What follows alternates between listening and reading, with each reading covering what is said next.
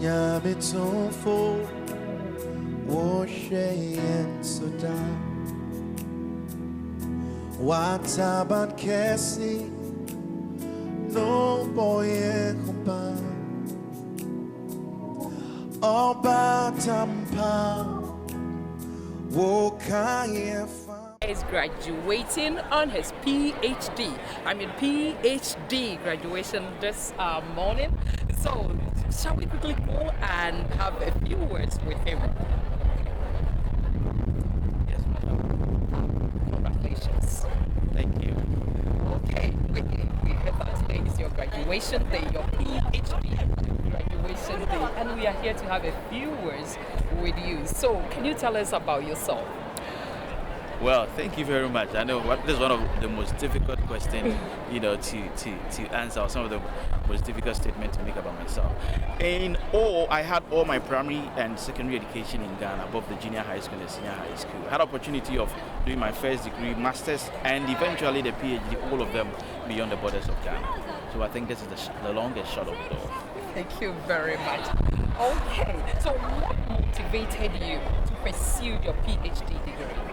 Well, thank you very much.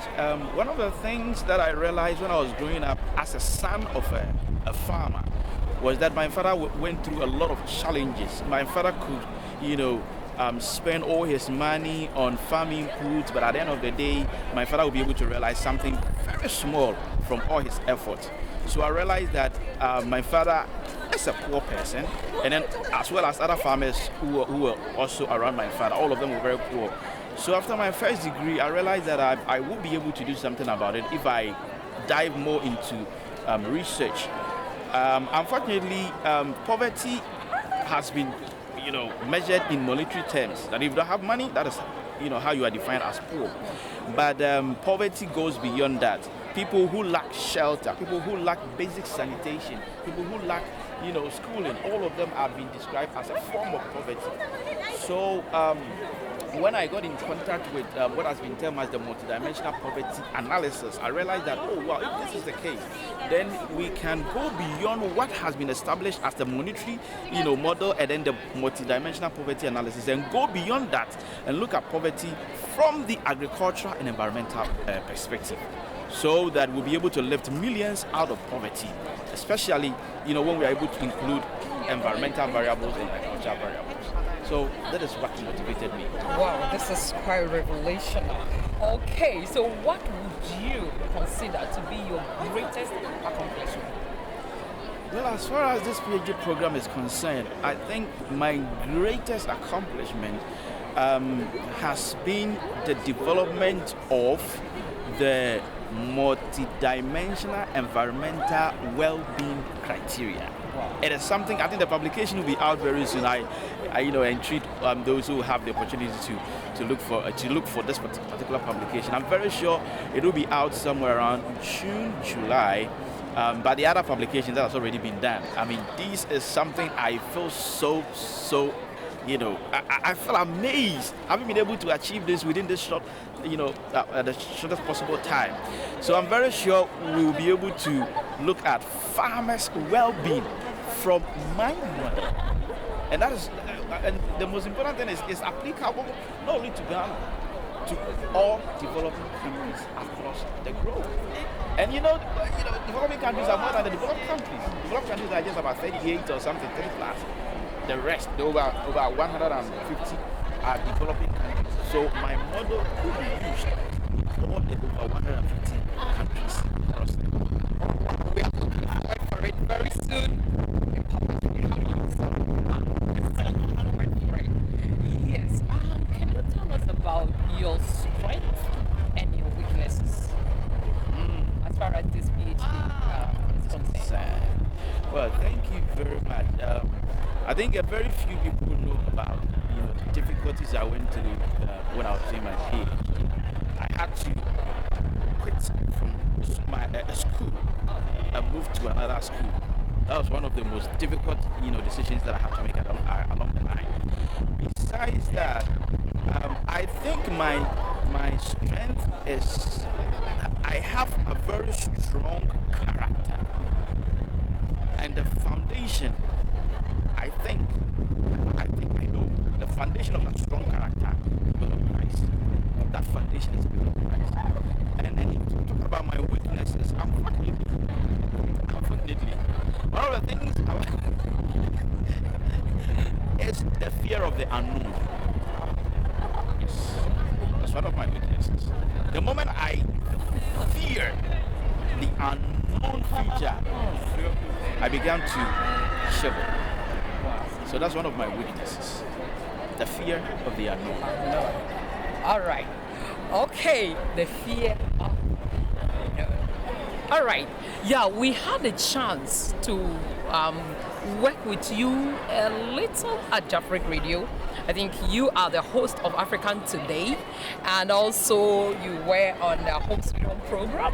And also we had the opportunity to have you on the live worship, Jafric live worship. And in all, how do you see Jafric Radio? Thank you very much for this question. To be frank with you, whoever is watching me, whoever is listening to me, I will be very, very grateful. If you're in Japan, if you're in Asia, if you are beyond the borders of Asia, don't ever or ever miss any of the Jafric Radio programs, because they are the most educative programs. When you look at the African Today program that I've been hosting, we bring people of quality, people who knows what they are saying, people who have experienced it.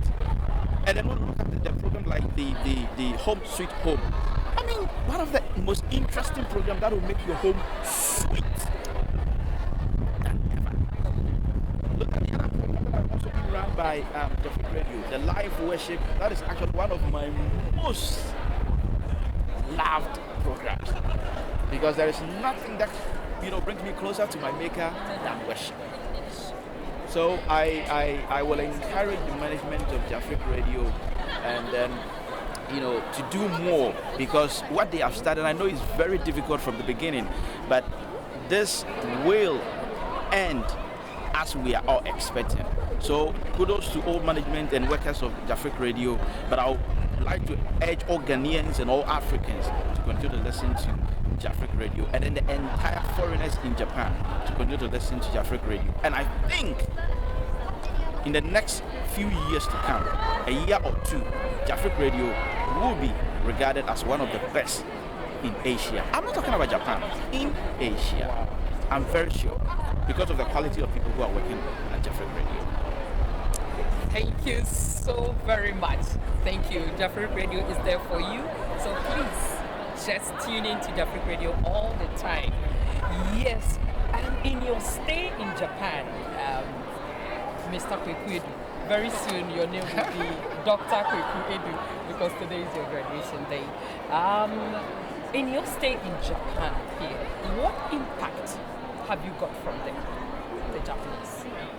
Well, thank you very much. I think that is one of the most important questions. Before I came here, I thought I was more humble.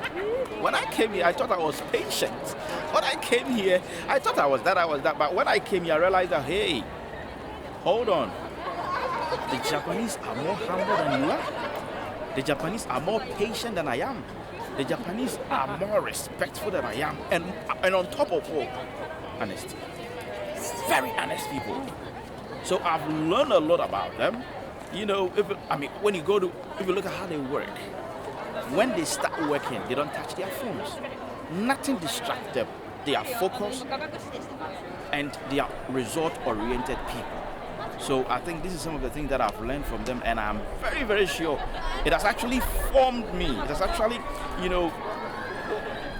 changed certain things about me, the way I think, the way I do certain things. It has really changed, and especially time management. I know very much that I am someone who is very conscious of his time, but the Japanese have taught me to be, better in this area of management. Thank you so very much. As for Japanese people, yes, that's all that he's saying about them are very, very true. And let me take one last question from you. What is your favorite Japanese word? I mean, being in Japan for, let's say, how many years? Yeah, it's 5 years. 5 whole years. Your favorite Japanese word, and why that word is your favorite? Well, this is one of the most interesting questions. I think that my favorite Japanese word has been oishi. Oishi.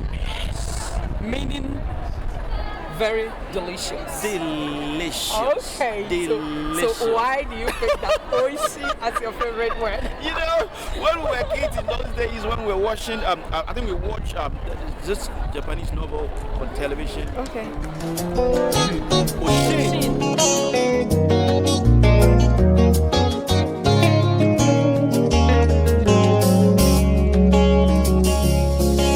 I don't look like what I have been through. You turned my pit into a well. So the essence of my praise is centered on your grace. Adum, Adum, Wadum. I've been through a lot, but grace sustained me. My test is now a testimony. So the essence of my praise is centered on your grace. Adum, Adum, Wadum. It was you, my lawyer in that courtroom. It was you, my soldier on that battlefield. So the essence of my praise is centered on your grace. Adum, Adum, Wadum. Hey, Adumo, Nyame, Adumo, Adum, Adum intina metiasi, Eya Wadum tina mewoho. Lord, the essence of my praise is centered on your grace. Adum, Adum.